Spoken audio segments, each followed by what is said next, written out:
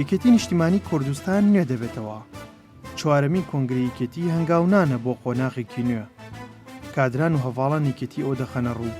سەرکەوتنی یەکێتی لە پێناو زیاتر خزمەتکردنە. ئەم کۆنگرەیە کۆنگرێکی جددیە بۆ نوێکردنەوەی یەکێتی نیشتیمانی کوردستان. بەهێنانە پێشەوەی ئەم هەیکەلە نوێ یاخود ئەم پەیڕەوەی کەدای ئەنێ ئەمە جۆرێکە لە بزوێنەری حیزبەکە بۆ ئەو زەمانەی کە دیاری کراوە بۆ کۆنگرەی 5.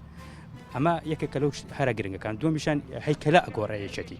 ئەمە خۆی لە خۆیان فۆرمێکی تازەیە بۆ یەکێتی نیشتیمانی کوردستان. ڕەنگە ئەم فۆرمە بۆ ئەم قۆناغە زۆر گونجاو بێت. سەرکردایەتیکی تێکەڵ لە نەوەی جیلی پێشتر لەگەڵ جیلی تازە هاتوتەنەوە کە ئەم دوو نەوەیە یەکتر ڕەتکردنەوە نییە، بەڵکو کۆنتاکتێکی گرنگی حیزبیانەی ئەوەیە کە بتوانێت یەکێتی لەم قۆناغە بپەڕێنێتەوە بۆ قۆناغیشتر و ئامادەی کا لەبەردەم هەموو ئەگەرەکانە. ڕۆژنامەنووسان دەڵێن کۆنگرەی چوارەم یەکێتی بە شێوازێکی نمونەیی و هاوچەرخ بەڕێوەچوو کە دەبێتە دەستپێکێکی تازە بۆ نێوبوونەوە و هاتنی خوێنی نێو و بیر و بۆچوونی تازە بۆ ناو یەکێتی. بێگومان کۆنگرە گرنگەوە ئەم کۆنگرێ بۆ ئەمە حیزبە گرنگە بۆ یەکێتی نیشتیمانی کوردستان زۆر گرنگە، چونکە حیزبی یەکێتی نیشتیمانی کوردستان نوێنەرەتی بەشی زۆری خەڵکی کوردستانەکە و بەشێکی زۆری خەڵکی کوردستانیش چاویان لێتی، چ بۆ ڕاگررتنی پارسەنگی هێز، چ بۆ بەدەستەبەرکردنی خواستەکانی خەڵک.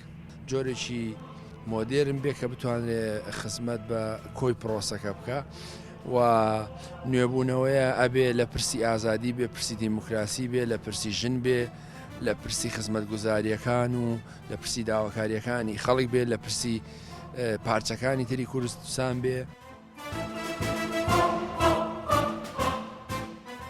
درێژەدان بە ڕێبازی سەرۆک مامجەلال بۆ زیاتر خزمەتکردنەوە و نوێبوونەوە و بۆ هێنانەدی خوێنی تازەیە.